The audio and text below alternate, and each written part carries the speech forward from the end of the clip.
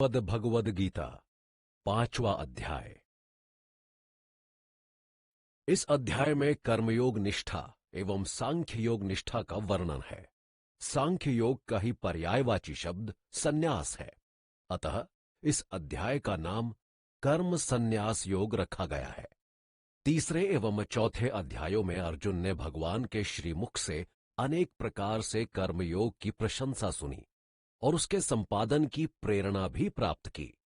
साथ ही यह भी सुना कि कर्मयोग द्वारा भगवत स्वरूप का तत्व ज्ञान अपने आप ही हो जाता है। चौथे अध्याय के अंत में भी भगवान के द्वारा कर्मयोग के संपादन के लिए ही उससे कहा गया, परंतु बीच बीच में उसने भगवान से कुछ ज्ञानी जन पर ब्रह्म परमात्मा में ज्ञान द्वारा एक ही भाव से स्थित होकर ब्रह्म रूप अग्नि में यज्ञ के द्वारा यज्ञ को हवन करते हैं तथा तत्व को जानने वाले ज्ञानी पुरुषों से भलीभांति दंडवत प्रणाम, निष्कपट भाव से पूछे हुए प्रश्नों द्वारा और सेवा शुश्रूषा से तू उस ज्ञान को जान। मर्म को जानने वाले वे ज्ञानी जन तुझे उस ज्ञान का उपदेश करेंगे आदि वचनों द्वारा ज्ञान योग अर्थात कर्म संन्यास की भी प्रशंसा सुनी। इससे अर्जुन यह निर्णय नहीं कर पाया कि इन दोनों में से उसके लिए कौन सा साधन श्रेष्ठ है, अतः अपनी जिज्ञासा शांति के लिए वह भगवान से प्रश्न करता है। अर्जुन उवाच संन्यासम कर्मणाम कृष्ण पुनर्योगम च शंससि यच्छ्रेय एतयोरेकम तन्मे ब्रूहि सुनिश्चितम। पदच्छेद। अर्जुनः अर्थात अर्जुन ने उवाच कहा, संन्यासम पूर्ण त्याग को, कर्मणाम अर्थात कर्मों के, कृष्ण अर्थात हे कृष्ण, पुनः फिर, योगम कर्मयोग को, च यानी और, शंससी अर्थात प्रशंसा करते हो, यत यानी जो, श्रेयः अर्थात कल्याणकारक, एतयोः अर्थात इन दोनों में, एकम अर्थात एक को, तत् अर्थात उसको, में मेरे लिए, ब्रूहि अर्थात बताइए, सुनिश्चितम अच्छी प्रकार निश्चित किए हुए को। अनुवाद। अर्जुन ने कहा, हे कृष्ण, आप पहले कर्मों के पूर्ण त्याग की अर्थात ज्ञान योग की और फिर कर्म योग की प्रशंसा करते रहे हो, इसलिए इन दोनों में से उस एक को जो अच्छी प्रकार निश्चित किया हुआ अधिक कल्याणकारी साधन हो, कृपया मेरे लिए बताइए। टिप्पणी। संन्यास शब्द में सम उपसर्ग का अर्थ है सम्यक प्रकार से और न्यास का अर्थ है त्याग, अतः संन्यास का अर्थ हुआ पूर्ण त्याग और संन्यासम कर्मणाम से अभिप्रेत है कर्मों का संन्यास यानी कर्म संन्यास, अर्थात मन, वाणी और शरीर द्वारा होने वाले संपूर्ण कर्मों में कर्तापन के अभिमान का और शरीर तथा समस्त संसार में अहंता ममता का पूर्णतया त्याग। गीता में संन्यास शब्द का प्रयोग प्रकरण के अनुसार भिन्न भिन्न अर्थों में हुआ है। यहां इसका आशय सांख्य योग अथवा ज्ञान योग से है।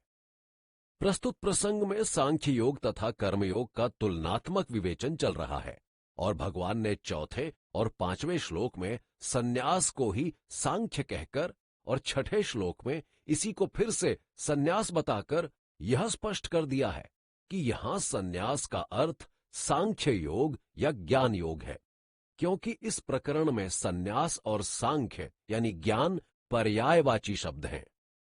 अर्जुन के प्रश्न का उत्तर देते हुए अब भगवान कहते हैं। श्री भगवान उवाच संन्यासः कर्मयोगश्च निःश्रेयस्करावुभौ तयोस्तु कर्म संन्यासात् कर्मयोगो विशिष्यते। पदच्छेद। श्री भगवान अर्थात श्री कृष्ण ने उवाच कहा, संन्यासः अर्थात कर्म संन्यास, कर्मयोगः अर्थात कर्मयोग, च अर्थात और, निःश्रेयस्करो अर्थात परम कल्याण के करने वाले, उभौ अर्थात दोनों, तयोः अर्थात उन दोनों में, तु अर्थात परंतु, कर्म संन्यासात् अर्थात कर्म संन्यास से, कर्मयोगः अर्थात कर्मयोग, विशिष्यते अर्थात श्रेष्ठ है। अनुवाद। श्री कृष्ण ने कहा, हे अर्जुन, कर्म संन्यास और कर्मयोग ये दोनों ही परम कल्याण के करने वाले हैं, परंतु उन दोनों में भी कर्म संन्यास से कर्मयोग श्रेष्ठ है। टिप्पणी। कर्म संन्यास ज्ञान योग से कर्मयोग के श्रेष्ठ होने का कारण अवगत करने के लिए उन दोनों की परिभाषाओं को ध्यान में लाना नितांत आवश्यक होगा। माया से उत्पन्न हुए संपूर्ण गुण ही गुणों में बरतते हैं, अथवा इंद्रियां ही इंद्रियों के अर्थों में बरतती हैं। ऐसा समझकर तथा मन, इंद्रिय और शरीर द्वारा होने वाली समग्र क्रियाओं में कर्तापन के अभिमान से रहित होकर सर्वव्यापी परमात्मा में एक ही भाव से स्थित रहने का नाम ज्ञान योग है।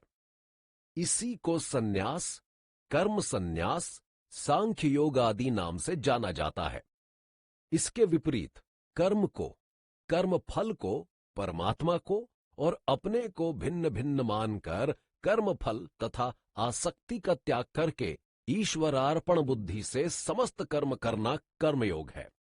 इसी को योग, समत्व योग, बुद्धि योग, निष्काम कर्म योग, तदर्थ कर्म, मदर्थ कर्म, मत कर्म आदि संज्ञाओं से अभिहित किया जाता है। अब ज्ञान योग में पर ब्रह्म की प्राप्ति ब्रह्मनिष्ठ आचार्यों के सानिध्य में तत्व ज्ञान के श्रवण, मनन, निदिध्यासनादि साधनों के सुदीर्घ काल पर्यंत अनवरत कठोर अभ्यास के पश्चात ही संभव हो सकती है। इसके अतिरिक्त कर्मयोग का साधन किए बिना ज्ञान योग का संपादन नितांत कठिन भी है। अतः कुल मिलाकर ज्ञान योग का साधन दुर्गम, दुष्कर व क्लेश युक्त है। दूसरी ओर किसी भी कार्य क्षेत्र में जीवन यापन करता हुआ एक साधारण गृहस्थी भी केवल कर्म फल तथा आसक्ति का परित्याग कर ईश्वरार्पण बुद्धि से अपने समस्त नित्य प्रति के कर्म करता हुआ कर्मयोग का साधन कर सकता है। इस प्रकार ज्ञान योग की अपेक्षा कर्मयोग का साधन कहीं अधिक सुकर, सुगम, सुसाध्य एवं शीघ्र फलदायी हुआ। इसीलिए यहां ज्ञान योग की अपेक्षा कर्मयोग को श्रेष्ठ बतलाया गया है।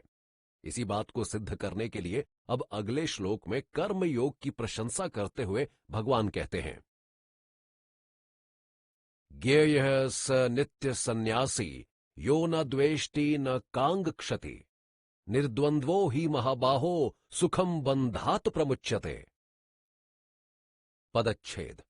ज्ञेयः अर्थात समझा जाने योग्य, सह यानी वह, नित्य सन्यासी अर्थात सदा सन्यासी, यह यानी जो, न नहीं, द्वेष्टि अर्थात द्वेष करता है, कांक्षति अर्थात चाहता है, निर्द्वंद्वः अर्थात विरोधी युग्मों से रहित, ही अर्थात क्योंकि, महाबाहो अर्थात दीर्घ सशक्त भुजाओं वाले अर्जुन, सुखम अर्थात सुखपूर्वक, बंधात अर्थात बंधन से, प्रमुच्यते अर्थात मुक्त हो जाता है। अनुवाद। हे अर्जुन, जो पुरुष न किसी से द्वेष करता है और न किसी को प्यार ही करता है, वह कर्मयोगी सदा सन्यासी ही समझा जाने योग्य है, अर्थात समझा जाना चाहिए, क्योंकि राग द्वेषादि विरोधी युग्मों से रहित पुरुष सुखपूर्वक संसार बंधन से मुक्त हो जाता है। टिप्पणी। यहां कर्मयोगी को नित्य सन्यासी कहा गया है, क्योंकि वह किसी से न द्वेष करता है न प्रेम। वह सुख दुख, गर्मी सर्दी सभी अवस्थाओं में एक समान रहता है। वह जहां कहीं भी हो, जैसा भी हो, अपनी नित्य प्रति की दिनचर्या करता हुआ भी राग द्वेषादि विरोधी युग्मों से सदा निष्प्रभावित रहता है। एक सच्चे सन्यासी के भी यही लक्षण होते हैं। इसलिए एक कर्मयोगी को यहां नित्य सन्यासी कहा गया है। साथ ही वह सुखपूर्वक अनायास ही संसार बंधन से मुक्त हो जाता है। कारण, एक कर्मयोगी अपने सभी कर्म निष्काम निर्लिप्त भाव से कर्तापन के अभिमान से रहित होकर तथा ईश्वर समर्पण बुद्धि से करता है, जिसके परिणाम स्वरूप उसके कर्म फल उत्पन्न करने की शक्ति से वंचित हो जाते हैं। धीरे धीरे उसके सभी संचित कर्म फल भी समाप्त हो जाते हैं और इस प्रकार कोई कर्म फल शेष न रहने के कारण वह जीवन मरण रूप संसार बंधन से सर्वथा मुक्त हो मोक्ष धाम को प्राप्त हो जाता है। पिछले श्लोक में दोनों निष्ठाओं ज्ञान योग एवं कर्मयोग का एक ही फल निःश्रेयस यानी परम कल्याण बतलाया जा चुका है। अब अगले दो श्लोकों द्वारा उनकी एकता अर्थात अभिन्नता प्रतिपादित की जाती है।